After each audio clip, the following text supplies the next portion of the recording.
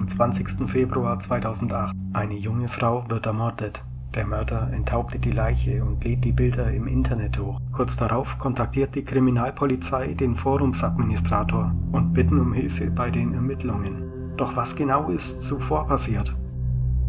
Der 32-jährige arbeitslose Mechaniker Matthias Schormann war in einer Black-Metal-Band als Gitarrist und Sänger tätig und fühlte sich zu einer Frau namens Bianca Brust hingezogen. Leider ist über Bianca selber nicht allzu viel bekannt.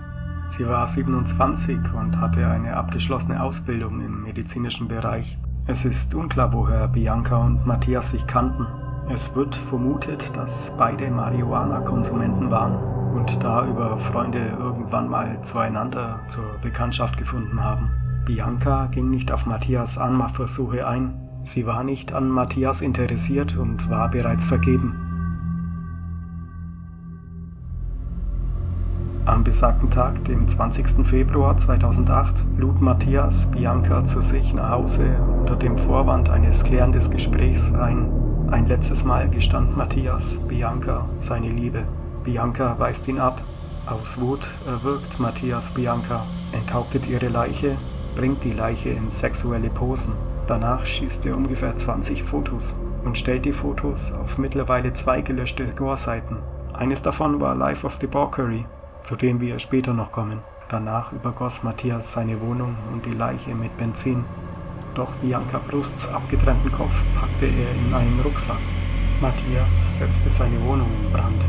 Dann setzte er sich in sein Auto, fuhr mit hoher Geschwindigkeit gegen einen Sattelschlepper. Matthias Schormann war sofort tot. Ich selber finde es schade, dass über Bianca nur sehr wenige Informationen verfügbar sind. Und über den Fall im Allgemeinen, wie ich finde. Ich habe darüber noch nie eine Doku oder so gesehen. Das ist besonders deshalb so tragisch, weil die Bilder eben immer noch im Internet sind. Klar, die Polizei hat gebeten, die Bilder offline zu nehmen, aber was einmal im Internet ist, ist eben für immer dort. Bis heute wurden diese mehrere Millionen Mal angesehen. Und dieses Fotoset hat auf Gore-Seiten einen berüchtigten Ruf. Und da finde ich es schade, dass die wenigsten überhaupt den Namen des Opfers kennen, geschweige denn die Geschichte dahinter. Am 14. November 2022 wurde auf Reddit vom User JonahBoy33 ein Post erstellt, der den kompletten Handlungsablauf von Matthias ziemlich genau darstellt. In diesem Reddit-Post werden unter anderem The Metal Circus sowie Sword & Scale zitiert. Das erste ist ein Metal-Magazin und Seite und Sword & Scale befassen sich mit True Crime. Ich werde den Reddit-Post so gut wie ganz vorlesen. Der Forumsadministrator bzw. Moderator, der da von der Polizei kontaktiert wurde, wird in diesem Post ebenfalls zitiert. Dieser Post fasst die Geschichte echt gut zusammen, wie ich finde.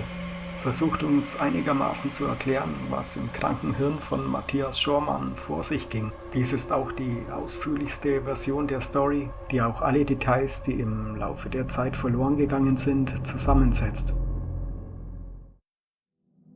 Vielleicht ist er verrückt geworden, weil er ein schlechter Metal-Musiker war. Es gibt nicht viele Informationen zu diesem Fall, was für mich irgendwie überraschend ist, wenn man bedenkt, dass der Fall wie viele der anderen bekannteren Fälle von Bastard tötet jemanden und veröffentlicht die Bilder online aufgebaut ist. Es erinnert mich ehrlich gesagt sehr an Bianca Devins und das aus mehr als einem Grund. Ein einsamer Incel kann kein Nein als Antwort akzeptieren, also entweiht er die Leiche seines Schwarms. Doch dieser Fall geschah jedoch im Jahr 2008, also bevor die meisten von uns wussten, was das Wort Incel eigentlich bedeutet. Der damals 32-jährige Matthias Schormann war seit Ende der 1990er Jahre Teil der deutschen Black-Metal-Szene. Er war einfach nicht gut darin gewesen. Carpe Noctem, Deutsch für Ergreife die Nacht, war eine typische Standard-Metal-Affäre, viel Geschrei, lauter Lärm, der vorgab, Musik zu sein, und schwarze Lederoutfits, soweit das Auge reichte.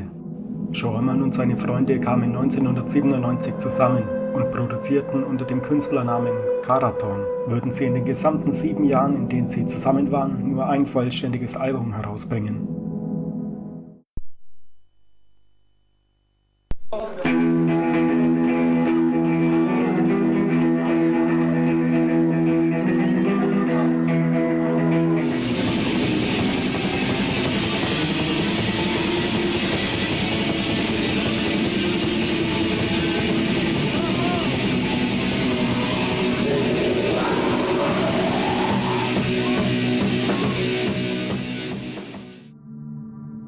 Abgesehen davon war Shawman ein arbeitsloser Mechaniker, der von 2 Dingen besessen war. Das eine war Gewalt im Internet, das andere war Bianca Brust. Shawman, von dem oft beschrieben wird, dass er eine Leidenschaft für Computer, Waffen und Burzumsmusik hat, brachte Underground Metal Music im Februar 2008 wieder ins Rampenlicht der Medien, indem Shawman im Februar 2008 die Welt schockierte.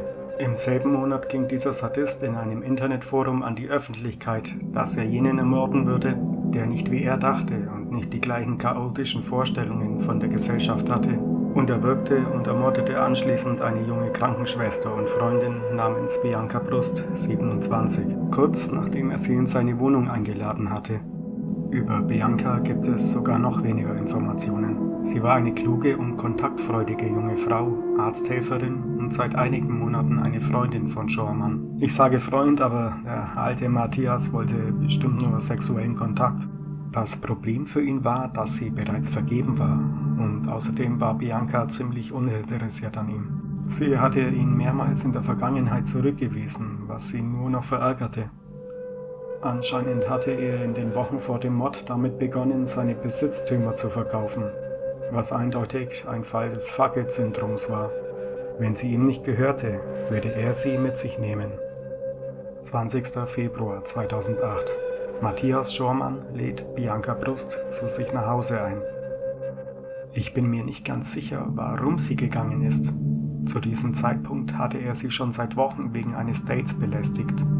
Aber einige Quellen sagen, dass sie eine gemeinsame Vorliebe für Marihuana hatten. Es könnte sich also auch nur um eine Rauchersession gehandelt haben. Ein letztes Mal versuchte Matthias, ihr seine Liebe zu gestehen und sie für sich zu gewinnen.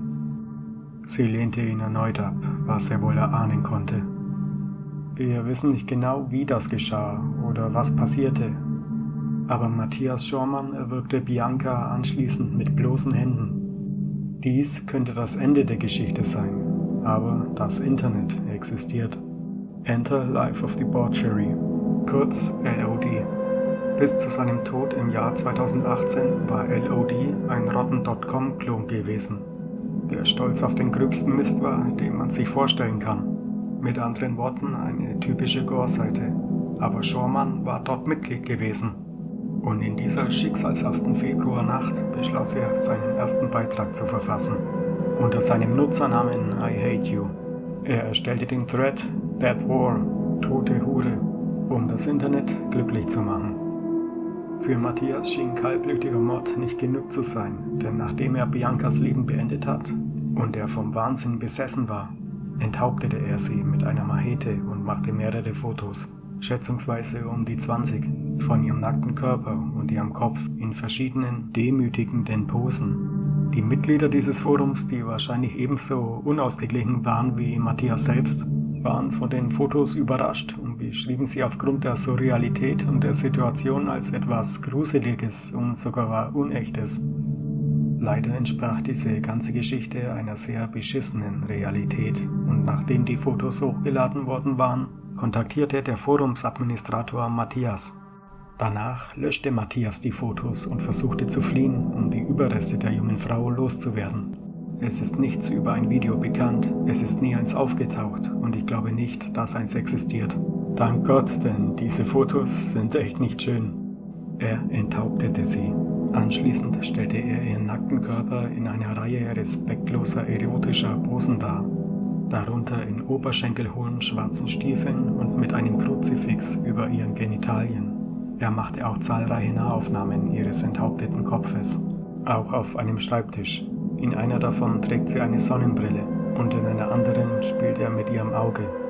Nachdem er seinen Spaß hatte, übergoss er ihren Körper und die gesamte Wohnung mit Benzin, zündete sie an und flüchtete dann mit ihrem Kopf in seinem Rucksack davon. Er fuhr direkt in den Gegenverkehr und prallte gegen einen Sattelschlepper, wobei er sofort ums Leben kam.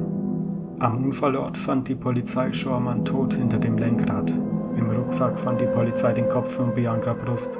Die Fotos, die Shawman später im Internet veröffentlicht hatte, wurden Brusts Familie gezeigt, um ihre Leiche zu identifizieren. Ein Jahr nach den Ereignissen wurde LOD-Mod Wolfbitch einen Kommentar dazu abgeben, was genau passiert ist. Hier ist der komplette Post des mittlerweile gelöschten LOD-Forums. den der Mod damals verfasst hatte.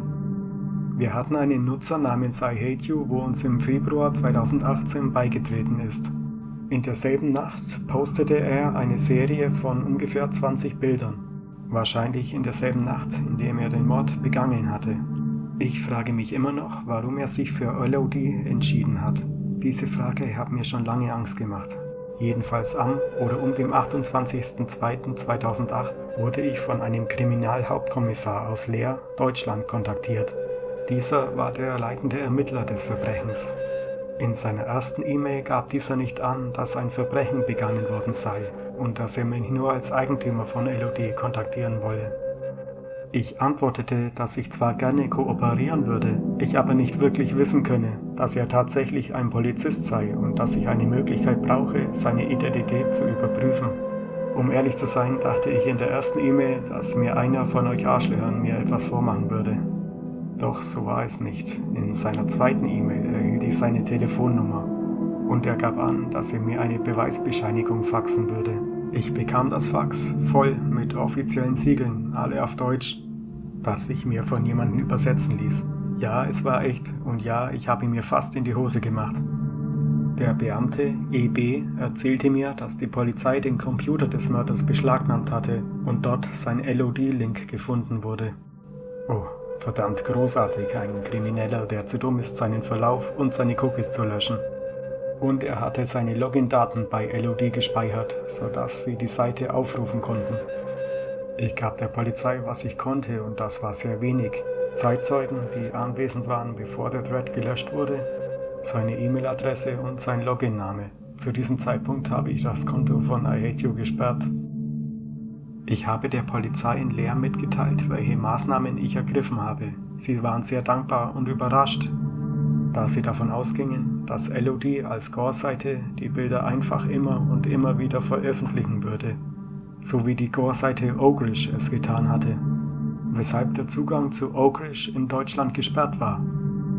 Und es gab noch einen weiteren Grund, warum die Ermittler so dankbar waren. Sie hatten die Bilder der Familie der Frau gezeigt, um sie zu identifizieren. Und die Familie war verstört.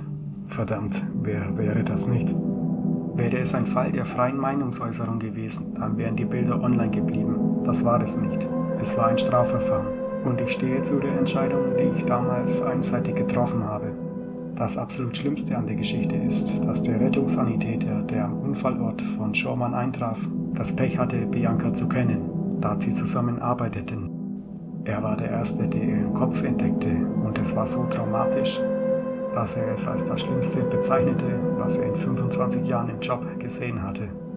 Ich wünschte, ich könnte mehr von dieser Geschichte erzählen, aber das ist alles, was ich nach 5 Stunden Suche finden konnte. Es gab davon nicht viel Berichterstattung, zumindest nicht von Leuten, von denen ich weiß, dass sie seriös sind. Es ist eine Schande, dass ich nicht mehr über das Opfer herausfinden konnte, da ich das Gefühl habe, dass ihre Geschichte nicht ohne sie erzählt werden kann. Aber wenn ich mich an ihren Namen erinnern kann, denke ich, dass ich etwas besser schlafen werde. Stattdessen hinterlasse ich euch ein Foto von Schormanns tödlichem Wrack.